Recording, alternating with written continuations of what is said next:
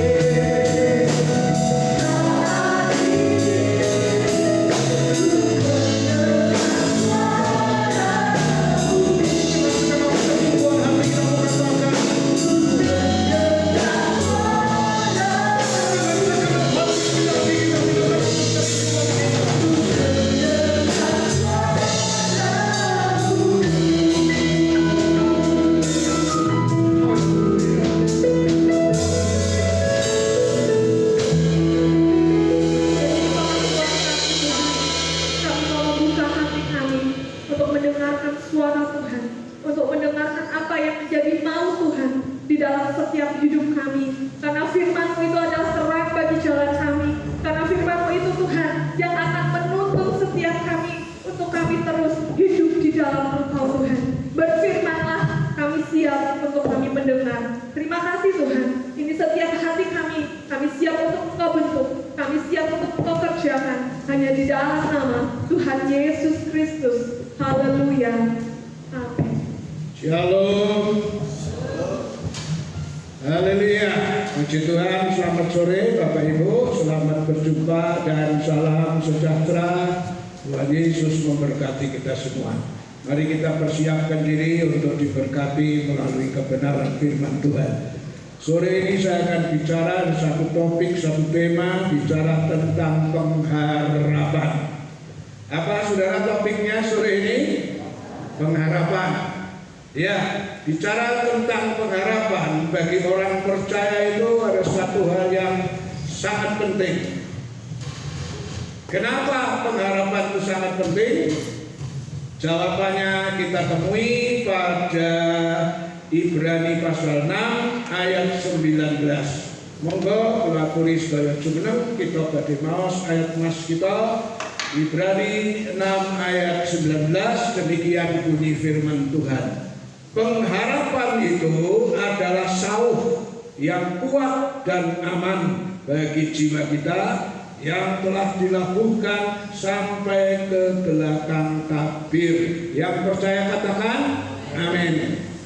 Di sini dijelaskan bahwa pengharapan itu penting. Kenapa pengharapan itu penting? Di sini dikatakan pengharapan itu ibaratnya kapal itu sauh. Sauh itu ya lebih mudahnya ditangkap itu jangkar. Ya, yang parahan ke jalan Diponegoro atau Kumas jangkar. Nah, saudara bisa lihat sih gambar jangkar itu kayak apa. Yang biasa ke pelabuhan naik kapal mesti pernah lihat itu namanya jangkar. Apa gunanya jangkar bagi perahu, saudara? Ketika perahu itu berlabuh, lereng, nah si nakoda kapal turun dari kapal, mungkin dia harus istirahat, tidur di hotel, atau mungkin dia harus makan, atau mungkin ya turun di satu tempat pengen melancong, turun mall dan sebagainya. Kapal itu setelah berlabuh dia harus buang sauh, dia harus lempar itu jangkar. Tujuannya apa? Supaya kapalnya tidak hanyut di bawah arus sampai ke tengah laut. Nenek koda sampai lupa membuang jangkar, dia tinggal pergi makan atau tidur. Waktu dia mau naik kapal lagi, loh kapal itu wis ora ono, wis tekan tengah-tengah. Kenapa? Karena dia tidak melemparkan jangkar itu. Demikian menjadi orang Kristen bisa tenang tinggal dalam Tuhan ketika dia punya sauh atau jangkar yang namanya pengharapan. Ya, kita lihat pemuda yang namanya Esau. Kenapa sih pemuda Esau itu kok dengan mudah sekali menukarkan hak kesulungan?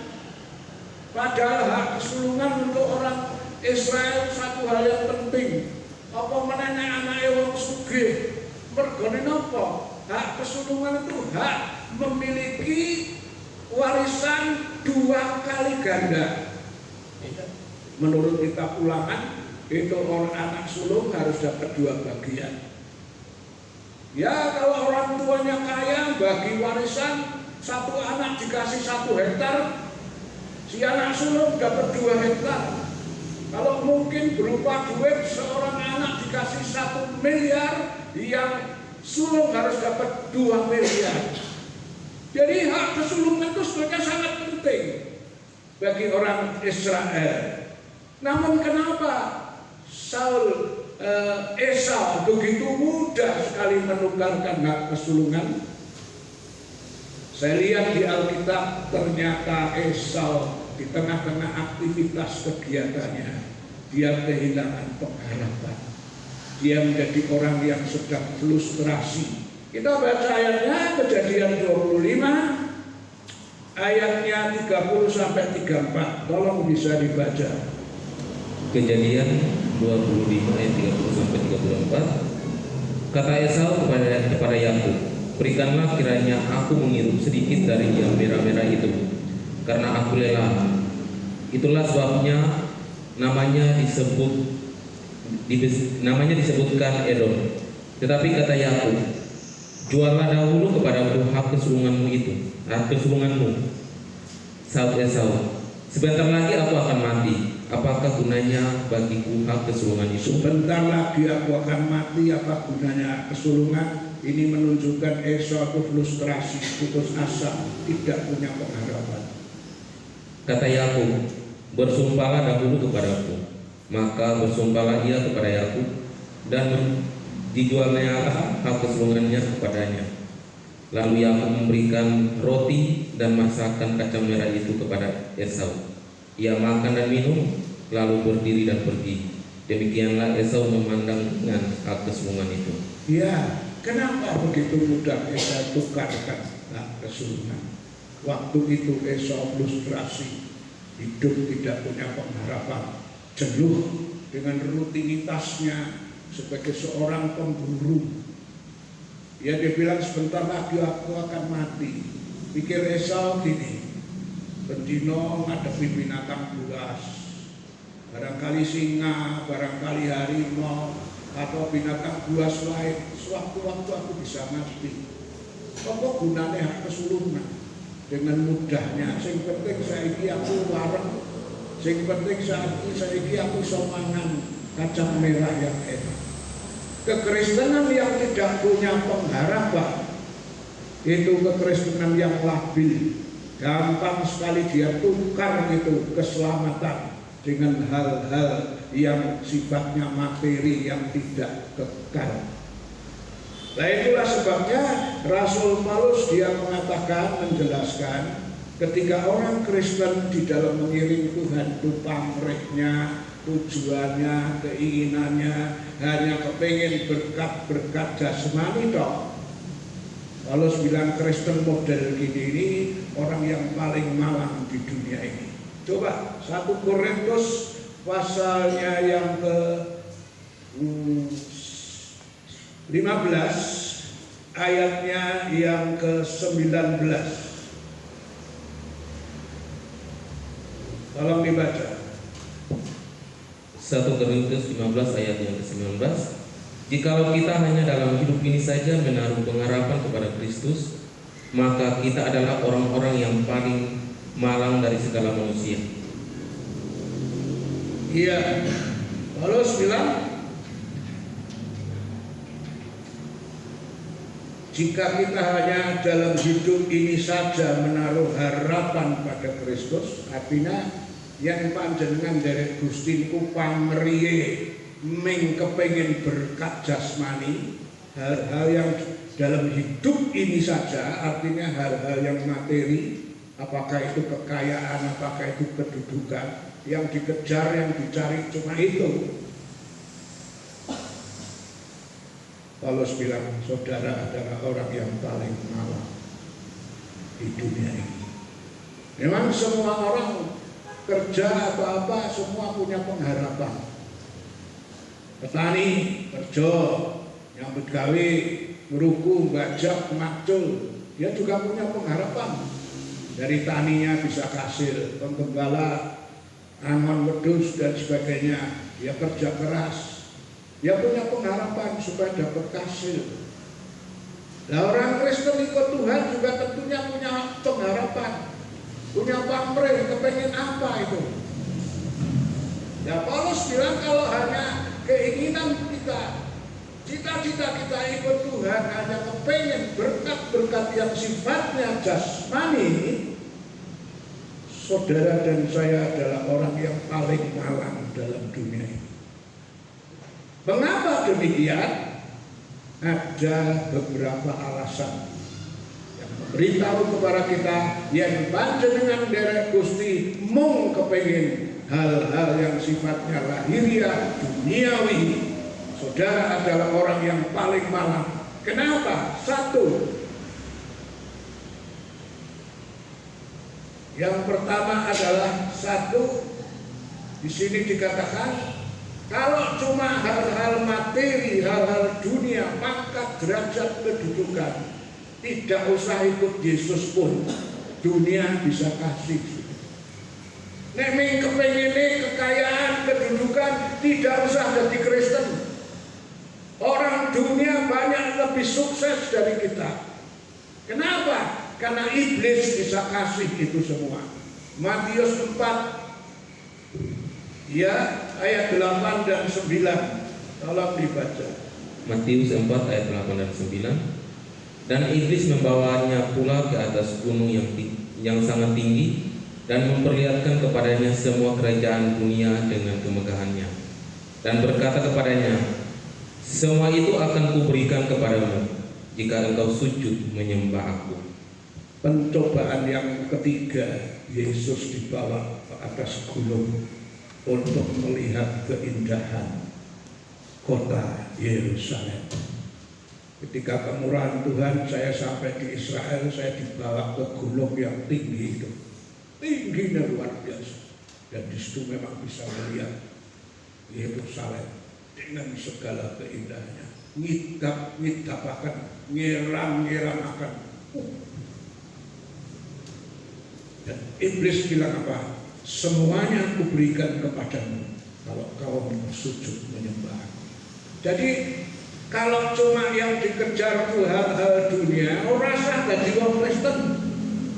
Wong dunia bisa mencapai itu. Banyak orang dunia lebih kaya dari kita. Banyak orang dunia punya kedudukan lebih tinggi daripada kita. Malah kadang-kadang kita bisa melihat kalau orang Kristen itu mau mencapai satu kedudukan mangel karuan. Sampai ada yang goro-goro kepengen jadi lurah lepas dari Kristen. Ya. Ada itu pengen jadi lurah lepas dari Kristen. Karena sing mbotoi ngomong nek sampean Kristen iso ora kepilih. Nek nurut aku lepas teko Kristen. Lepas tenan teko Kristen. Pengunduran. Setelah itu tekan gone ora dadi. Kalau sudah tidak jadi, malu mau balik ke gereja meneh, isin. Tapi wis kadung kepalang tanggung. Sekarang saya dengar ceritanya malah jadi kaya perdukunan, kaya paranormal. Gara-gara apa? Ya, yang dikejar hal-hal yang materi. Kalau hal yang materi itu justru orang dunia lebih mudah mencapai itu. Ya, jadi itulah sebabnya Paulus bilang kalau hanya hal-hal dalam hidup ini, saudara dan saya menjadi orang Kristen, kita adalah orang paling malang, paling cilaka, paling sial. Kenapa? Nek ming niku sing dipun padosi, ora saha Kristen. Dunia bisa beri. Iblis bilang semua akan kuberikan kepadamu. Itu terserah kepadamu. Buktinya sing turun Gunung Kawi berarti oke sing keturunan sugih berarti. Artinya apa? Dunia iblis bisa kasih itu. Yang tidak bisa dikasih oleh iblis itu apa? Kehidupan kekal. Ini hanya ada di dalam Tuhan Yesus Kristus. Ya. Yang kedua adalah kenapa kalau kita hanya mengejar itu kita adalah orang yang paling malang dalam dunia ini. Yang kedua alasannya adalah karena semua yang ada di dalam dunia itu sifatnya tidak ada yang langgeng. Sifatnya hanya sementara. Pepatah Jawa mengatakan apa? Bondo kuwi titipan. Jenengan nak titipi barang kali tonggone napa-napa satu waktu bisa nggak diambil sama yang punya? Bisa. Bondo titipan. Terus apalagi pangkat, derajat itu sampiran. Apa artinya sampiran? Ibu-ibu, saudara-saudara yang suka nyuci pakaian, amrih iso garing pakaiane dijemur neng jemuran. Ngoten niki disampirke. Sampiran niki kados ngoten niki. sesuatu yang disampirke.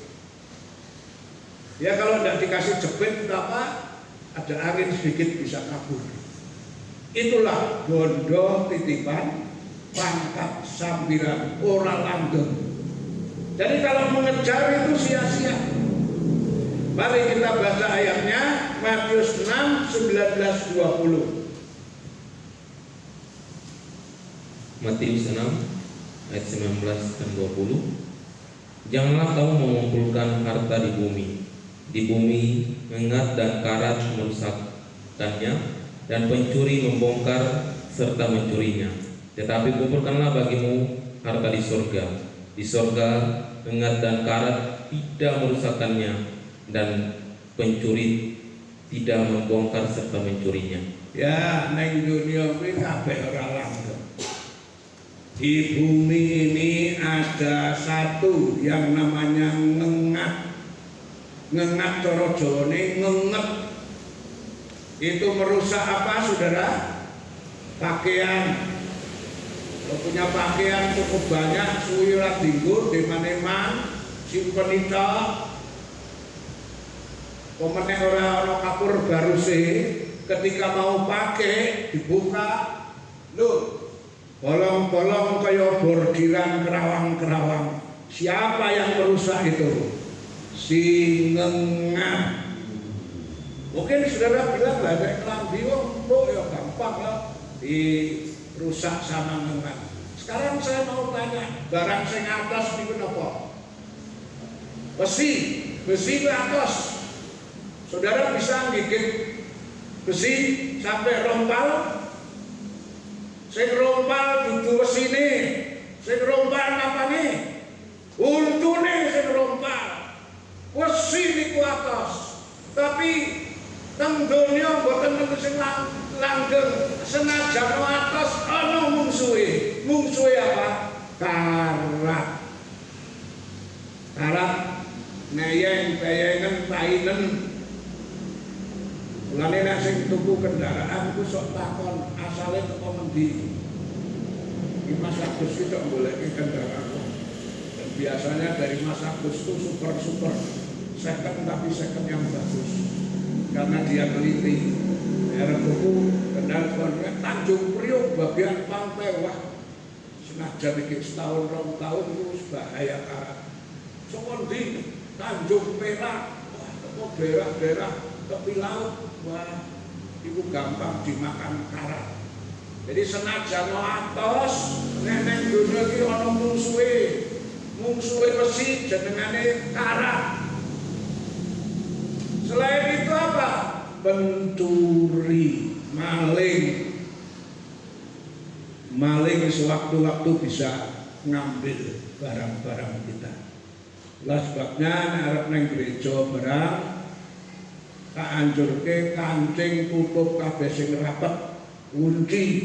Aja sampe wong njagong nang gereja pikirane nang omah. Belayang-belayang tapi tidak bisa konsen.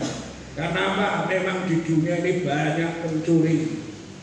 Nami bendengan badhe sare nggih kunci tutup kabeh, nek perlu ngisor lowongan barang ditiliki. Saya kalau mau tidur mesti inspeksi dulu. Wanci kabeh ngisor lowongan tak oncori. Siapa tahu siang hari ada yang menyelinap. Karena di dunia itu ada apa?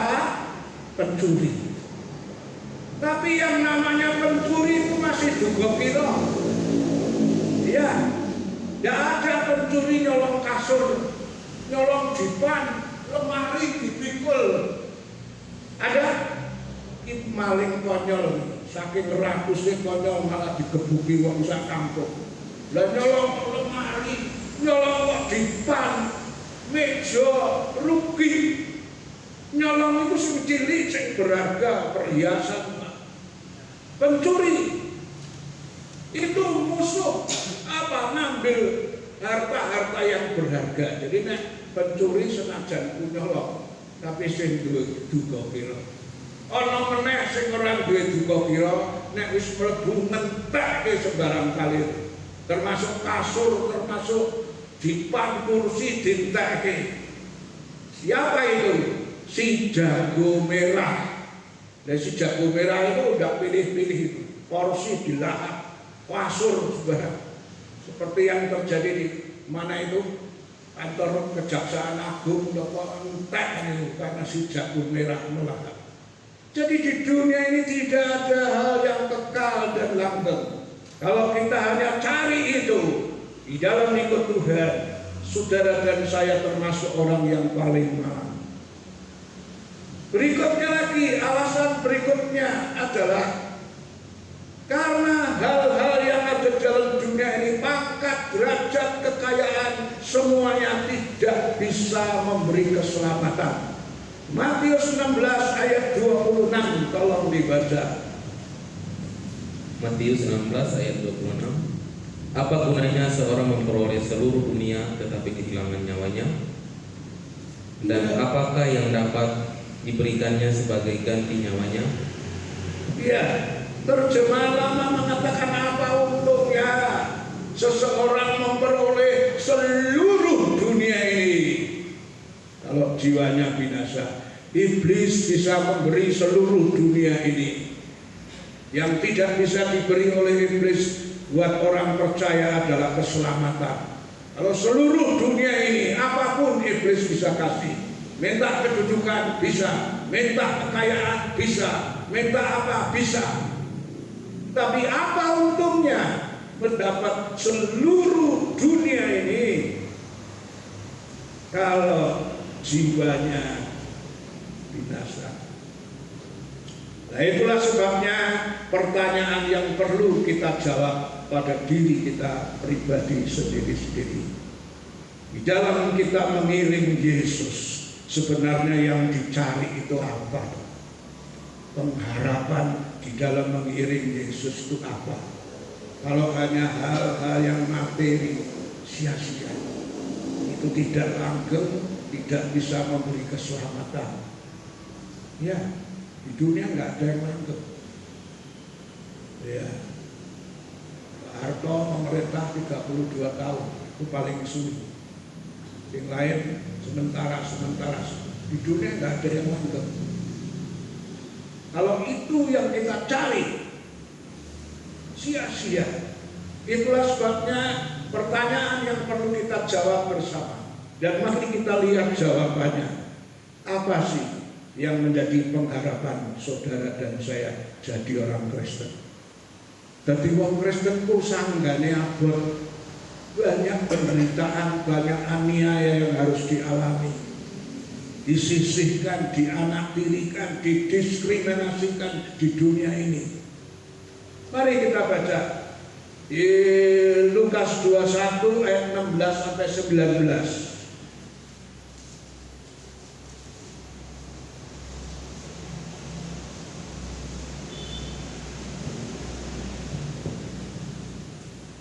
Lukas 21 ayat 16 sampai 19. Dan kamu akan diserahkan juga oleh orang tuamu, saudara-saudaramu, kaum keluargamu, dan sahabat-sahabatmu, dan beberapa orang di antara kamu akan dibunuh.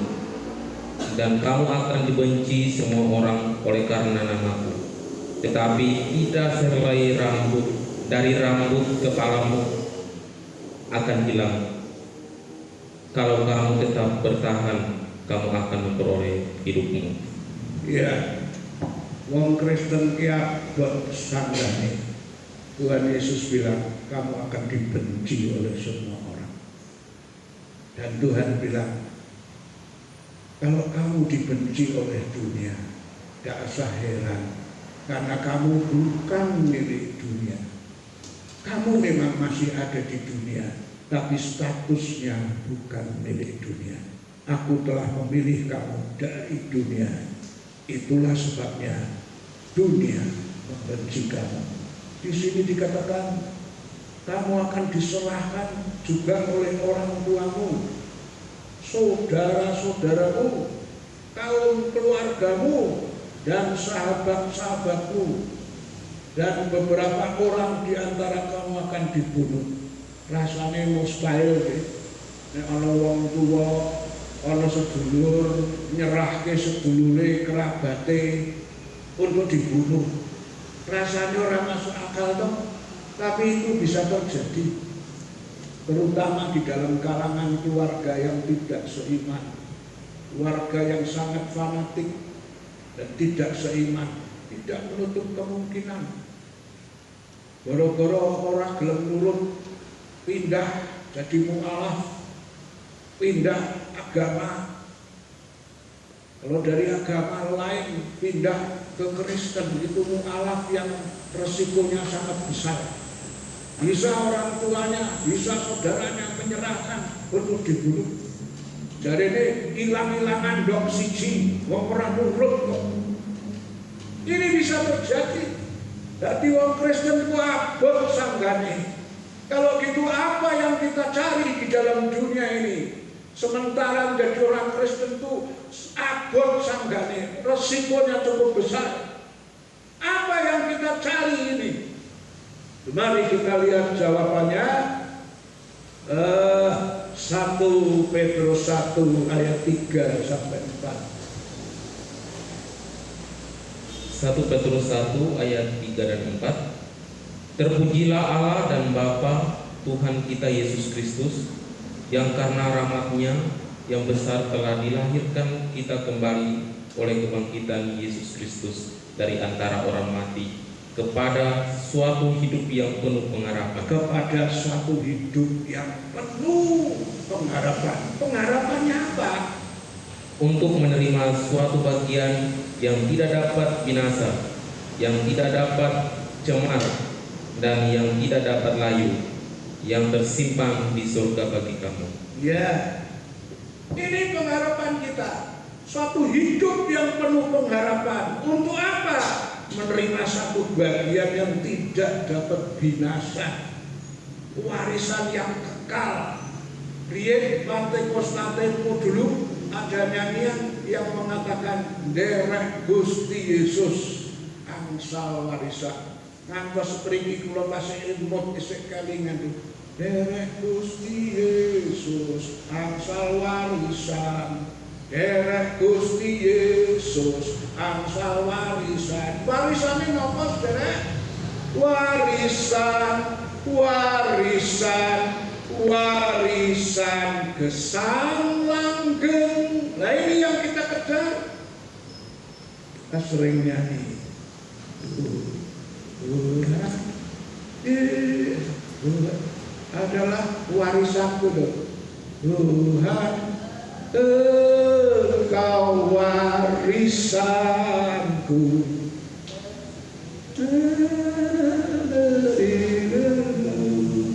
Ya, ini warisan kekal. Di dunia tidak ada yang kekal. Dan semua yang di dunia tidak bisa menyelamatkan saudara dan saya. Apa untungnya? Dapat kekayaan seluruh dunia kalau jiwanya binasa. Punya apa? Kekayaan yang banyak. Kalau di dunia ada yang bilang semua bisa dibeli. Tapi untuk surga tidak ada harga yang bisa untuk membelinya. Terlalu mahal itu. Mazmur 49 coba kita lihat bahwa keselamatan itu tidak bisa dibeli dengan kekayaan seberapapun besarnya. Mazmur 49 ayat 7 mulai, mereka yang percaya akan harta bendanya dan yang memegahkan diri dengan banyaknya kekayaan mereka, tidak seorang pun dapat membebaskan dirinya atau memberikan tebusan kepada Allah ganti nyawanya, karena terlalu mahal harga pembebasan nyawanya dan tidak memadai untuk selama-lamanya. Jadi inilah alasannya kenapa Paulus bilang kalau yang kita kejar, yang kita cari pengharapan dalam ikut Tuhan hanya materi. Saudara adalah orang yang malang dalam dunia ini. Karena hal-hal yang ada di dalam dunia, termasuk kekayaan, pangkat, derajat, semuanya tidak bisa menyelamatkan. Iya, suratan Petrus mengatakan, saudara dan saya, karena kebangkitan daripada Yesus, kita memiliki suatu hidup yang penuh pengharapan, yaitu pengharapan mendapat warisan yang kekal di dalam kerajaan sorga. Itulah sebabnya seorang pemuda yang namanya Musa, ketika sudah dewasa, dia rela melepaskan semua kedudukan, kemuliaan, kekayaan dunia, dan dia bergabung pada barisan Kristus, karena dia tahu semuanya tidak bisa memberi keselamatan. Ibrani 11:24-26, tolong dibaca. Ibrani 11 ayat 24-26. Karena iman maka Musa telah dewasa menolak disebut anak putri Firaun, karena ia lebih suka menderita sengsara dengan umat Allah daripada untuk sementara menikmati kesenangan dari dosa. Ia menganggap penghinaan karena Kristus sebagai kekayaan yang lebih besar daripada semua harta Mesir, sebab pandangannya ia arahkan kepada upah. Sebab pandangannya dia arahkan kepada upah. Upah bukan upah materi, tapi upah kehidupan kekal. Musa setelah dewasa, sik cilik nurut bae ora ngerti kok. Ya, anakku Firaun nggih, wah malah seneng. Pelamane anyar, bendina numpak kereta kencana, dihormati wong rono rene. Barang sudah dewasa, no way, ndak. Aku menolak ini. Aku mau bergabung pada umat Allah. Lebih baik menderita. Wong Kristen ya ngono. Nek masih kanak-kanak nurut dinina bubukkan. Sing penting iso oleh kekayaan, oleh kedudukan, nurut dilakluk, nurut ketika masih kanak-kanak. Tapi Musa sudah dewasa. Kristen yang dewasa bisa milah dan milih. Mana yang perlu dipilih, mana yang perlu diberati. Musa menolak. Mungkin sebaya dengan Musa ngomong, Musa jenengan ibu bodoh, Pak Ben kepengin jadi anak putri Firaun, jenengan kok malah menolak, bodoh. Musa berpikir, nek aku terus-menerus jadi anak putri Firaun, aku melawan rencana Allah. Allah kepingin membebaskan orang Israel dari cengkeraman Firaun. Kalau aku nurut sama Firaun, aku bertentangan dengan Allah. Apalagi setiap saat Firaun masuk ke kuil dan menyembah kepada patung-patung itu. Sebagai keluarga harus nurut. Terus saya pikir, wah payah. Aku harus punya keputusan tegas. Aku sudah dewasa, iso milah dan milih. Pilihan Musa adalah lebih baik menderita bersama umat Allah daripada kesenangan dosa yang sementara saja. Demikian juga sama halnya dengan Rasul Paulus. Sebelum jadi rasul, dia termasuk orang Farisi, anggota sek itu dihormati, itu sobyo, bayarannya akeh. Tapi setelah dia kenal Yesus, dia menolak semua. Lebih baik saya menjadi umatnya Tuhan, jadi hamba Tuhan, melayani. Padahal saudara, setelah Paulus jadi hamba Tuhan, penderitaannya sangat banyak. Di mana itu 2 Korintus 11, saudara bisa melihat catatan penderitaan Paulus karena Injil, karena firman Tuhan terlalu banyak. Tapi dia lebih baik memilih itu. Karena apa? Dia tahu ada pengharapan, upah yang disediakan Tuhan. 2 Timotius 4 ayat 7 dan 8. Tolong dibaca. 2 Timotius pasal 4 ayat 7 dan 8. Aku telah mengakhiri pertandingan yang baik. Aku telah mencapai garis akhir dan telah memelihara iman. Sekarang telah tersedia bagiku mahkota kebenaran yang akan dikaruniakan kepadaku oleh Tuhan, Hakim yang adil pada harinya. Tetapi bukan hanya kepadaku, melainkan juga kepada semua orang yang merindukan kedatangannya. Ya, aku telah mengakhiri pertandingan dengan baik. Ibaratnya atlet yang main menurut aturan permainan yang baik. Ya, aku telah mencapai garis akhir. Aku telah memelihara iman.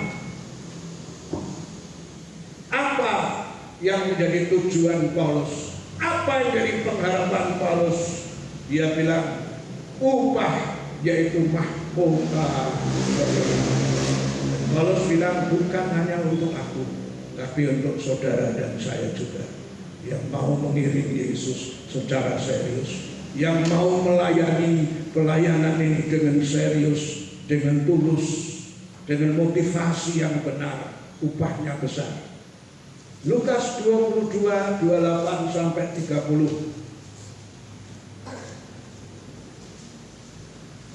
Lukas 22, 28 sampai 30.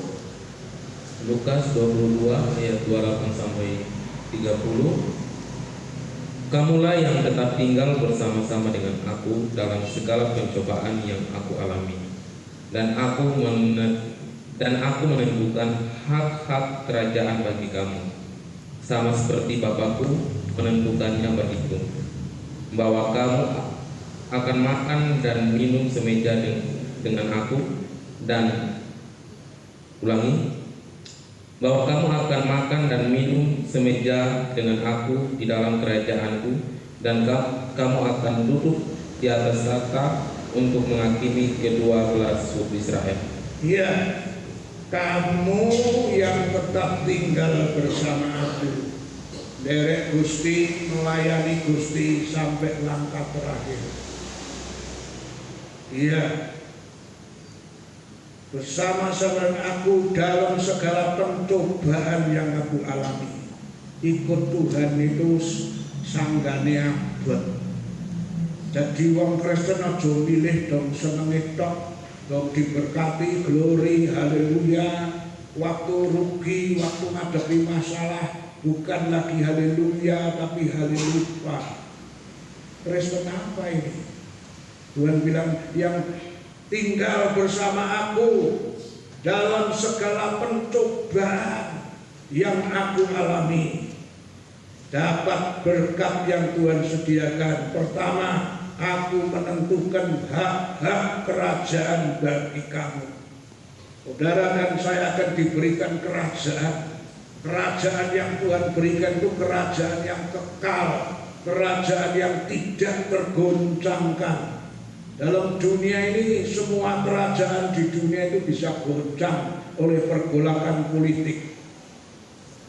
Ya, Ibrani 12 ayat 28 mengatakan, jadi karena itu, karena kita menerima kerajaan yang tidak tergoncangkan, marilah kita mengucap syukur dan beribadah kepada Allah menurut cara yang berkenan kepadanya, dengan hormat dan takut. Kerajaan yang Tuhan berikan itu kerajaan yang tidak tergoncangkan. Dalam dunia ini kerajaan kedudukan goncang semua. Ya, hari ini jadi presiden, hari ini jadi menteri. Tidak menutup kemungkinan sebulan lagi atau setengah tahun lagi masuk penjara, bisa saja. Pergolakan politik, ada yang tadinya orang jadi tawanan malah keluar jadi pemimpin, ada yang jadi pemimpin akhirnya masuk penjara, bisa. Karena di dunia ini tidak ada yang kekal. Saya ingat nyanyian dulu, nyanyian yang itu suka nyanyi itu, Laskar Kristus, Laskar Kristus maju, masuklah perang, ya. Terus syair kedua, tahta dan mahkota jatuh dan rebah, tapi gereja Tuhan apa? Gereja Tuhan tetap teguh. Tahta mahkota jatuh dan rebah. Di dunia tidak ada kerajaan yang kekal. Tapi yang Tuhan janjikan adalah kerajaan yang kekal.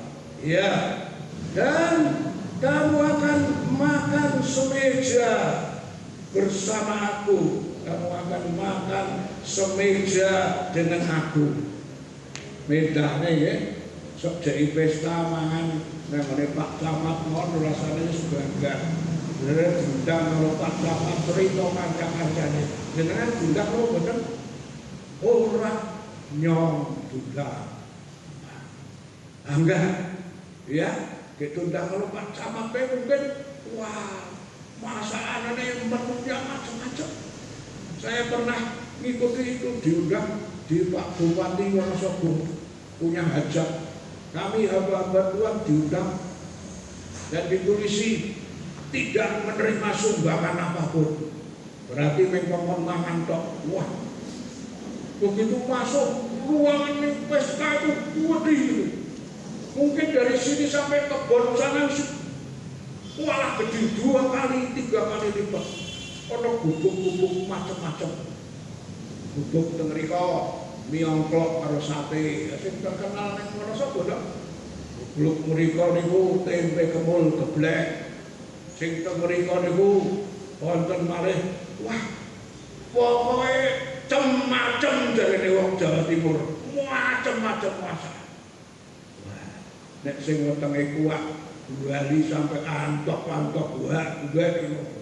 Wah, iku sik diundang karo Pak Bupati. Mendak nenek sing ngundang niku King of King, raja di atas segala raja. Wah, ya, selain itu apa? Engkau akan duduk di atas tahta untuk menghakimi ke-12 suku Israel. Saudara akan jadi asistennya Tuhan ikut ngadili 12 suku Israel. Lho lha apa to? Jarene Israel itu umat pilihan Allah. Lah kok diadili? Sing adili kok malah saudara dan saya yang notabene latar belakangnya orang kafir, bukan turunan Abraham. Lah kok melu ngadili itu pripun wose? Orang Israel itu sampai sekarang mayoritas umumnya notabene belum menerima Yesus sebagai Tuhan dan Juru Selamat. Orang Israel itu sulitnya untuk terima Yesus. Mereka masih menanti datangnya Mesias. Mesias sudah datang 2000 tahun yang lalu. Dinteni terus. Dia menolak Yesus sebagai Mesias. Nah ini yang gini-gini ini yang besok akan diadili. Israel akan mengalami kegerakan serempak. Walaupun itu tidak 100% kegerakan serempak untuk menerima Mesias. Kapan itu? Kitab Wahyu mencatat masa 3,5 tahun. Musa, Elia diturunkan kembali ke bumi. Nyatanya Musa, Elia itu belum alami mati ya. Ya memang Musa ditulis mati, tapi ternyata boleh mayatnya orang. Banyak malaikatnya dibawa oleh mayatnya dibawa oleh malaikat. Elia jadi ini kayaknya mati tapi dijemput oleh kereta. Wes mayatnya tidak ada. Nah ini 2 orang ini nanti yang akan diturunkan lagi ke bumi. Karena orang Israel itu keras tengkuk. Wah, senajan malaikat mudun kepalanya cerita tentang Yesus berkata tidak mau percaya. Orang Israel itu sangat mengkultuskan. Ada 2 nabi yang sangat dikultuskan oleh Israel, yaitu Musa dan Elia. Nah Musa Elia yang ngomong ke mantu-mantu percaya. Mulane nanti masa 3,5 tahun Musa Elia diturunkan lagi ke bumi bersaksi kepada orang Yahudi dan sebagian, tidak semua, sebagian ada satu pergerakan reformasi agama menerima Yesus sebagai Mesias walaupun tidak semua, tapi masih juga kecederan sebagian lain tidak menerima. Nah, singkat zaman biyen ora percaya Yesus sebagai Mesias, sampai nanti turunnya Musa pun masih belum menerima Mesias. Mereka itulah nanti yang akan diadili. Dan siapa yang mengadili? Saudara dan saya mengadili mereka. Itulah menjadi tujuan harapan kita ya dalam mengiringi Yesus. Bukan hal-hal sepele, bukan materi, bukan kedudukan yang tidak bisa menyelamatkan, tetapi mahkota yang tidak lain, mahkota kebenaran, duduk di atas tahta yang kekal bersama Yesus menghakimi dunia ini. Dan ketika saudara punya pamrih, punya dasar yang benar, pengharapan yang benar di dalam mengiringi Tuhan, saya percaya dasar yang benar ini akan menyebabkan saudara jadi Kristen yang kokoh, kuat, tahan bantingan, tahan pukulan. Pepatah Jawanya mengatakan rawe-rawe rantas, malang-malang kudu. Minta kekuatan dari Roh Kudus untuk bisa tetap setia sampai langkah terakhir. Mari kita datang sama Tuhan. Saya mau iring Yesus. Haleluya.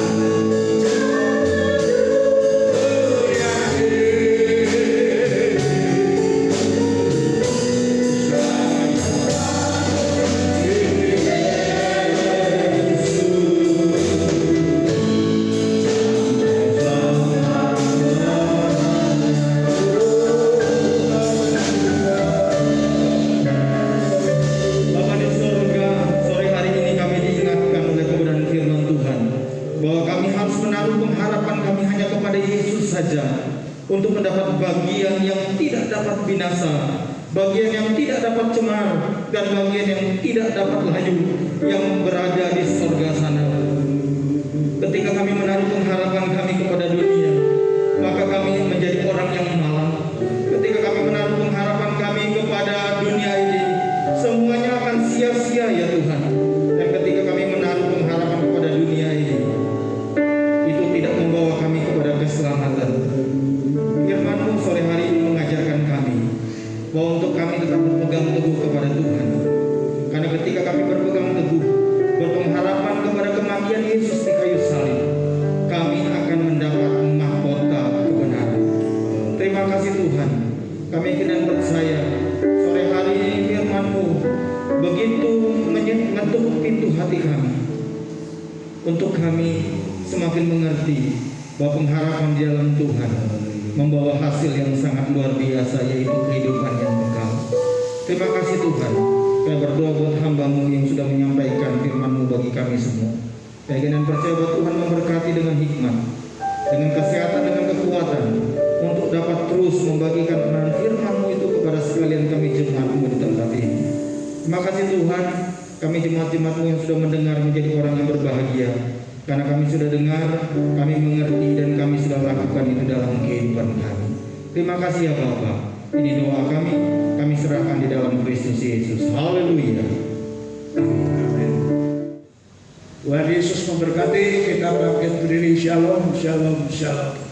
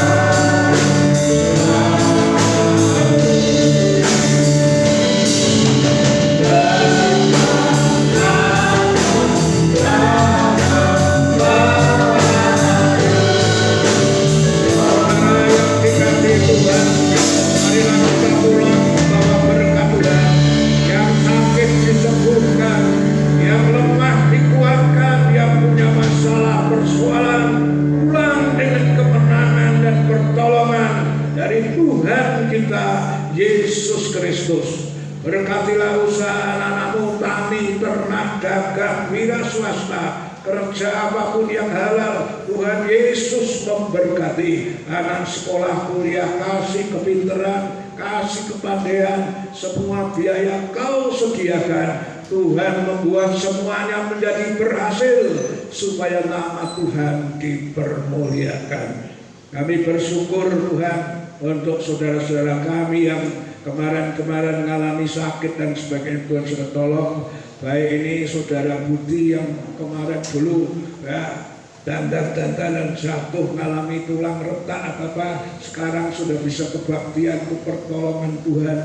Dari Wulan juga Tuhan yang kemarin sakit dan opnam ternyata sudah bisa datang dalam kebaktian. Ini semua karena pertolongan Tuhan. Yang lain-lain yang sakit disembuhkan, yang ada masalah Tuhan Yesus tolong. Terima kasih. Kami serahkan acara pertemuan rembuk bersama untuk pembangunan tembok. Aku serahkan kepadamu. Tuhan ambil alih. Tuhan yang memimpin semuanya. Tuhan yang menggerakkan semua anak-anak-Mu untuk ikut Cacuk Taliwondo kerja sama untuk kepentingan rumah-Mu. Terima kasih. Ulanglah, bawalah berkat dari Allah Bapa, kasih sayang dari Tuhan Yesus, persekutuan Allah Roh Kudus menyertai saudara dan saya saat ini sampai Maranatha, Tuhan Yesus datang kembali. Haleluya, amin. Gusti Yesus berkati.